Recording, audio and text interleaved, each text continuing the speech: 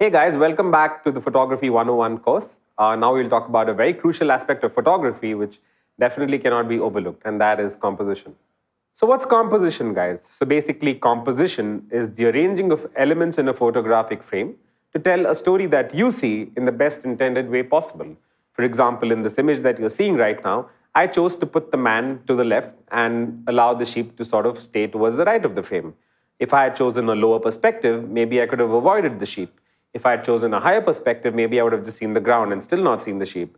So the fact that I chose this eye level kind of perspective allowed me to see the sheep as well as the man, allows me to see that he's a shepherd who's herding the group of sheep. So composition allows you to tell the story the way you see it.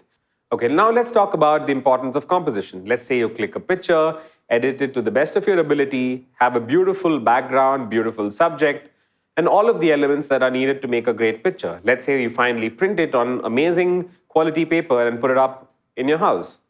But if the composition, which is the heart of photography, isn't great, then the picture is ultimately a failure.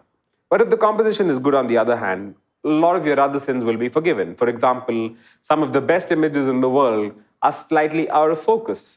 But that doesn't matter because it's such a strong composition that people are more invested in the emotions in the subject and the image rather than whether it's in focus or not. But on the other hand, I can have an extremely crisp image, badly composed, and it will have no impact on the viewer. So with regard to the current image you're seeing, you see that the sun is peeking through the woman's arms, which adds a lot of drama to the image. It also tells you the time of the day. It also allows you to understand that the women are walking back home with firewood. On the other hand, if I had chosen to move away and photograph the women against the wall, you would have not seen the sun. It would have meant a completely different composition, which could or could not have worked. So your composition is sometimes as key based on how you choose to tell a story. Now that I've briefly talked about composition, let me talk about the few key elements to keep in mind while composing a good image. One of the first things you need to keep in mind is simplicity. So what do I mean by simplicity? Simplicity is understanding what you exactly want in the frame. For example, if there's a certain element that you feel is not adding to the image, it's best to avoid it. Also, it's important to try and to experiment and eventually decide how simple you want to keep the frame. In the example, you see that there's this woman sitting by the window. Had I chose a wider composition, there was also her little grandson playing towards the left of the frame. But I chose to avoid it because the story I wanted to tell was that this woman was waiting for her son, who actually works in the military and is waiting to return home. So I chose to avoid the little kid because I felt rather than adding to the image, it would have served like a distraction. The next important element of composition is arrangement. Arrangement is actually the core of composition, and that can be broken down into placement, compression, and perspective. So perspective, what do I mean by perspective? Perspective is how you choose to see a particular frame.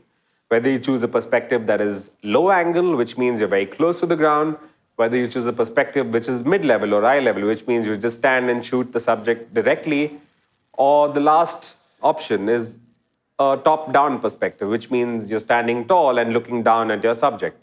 So your perspective can actually change how your audience sees the image.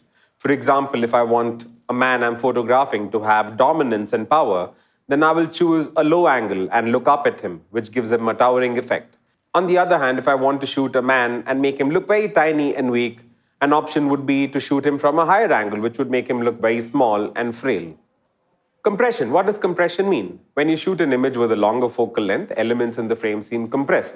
When you shoot an image with a shorter focal length, the elements seem wider apart.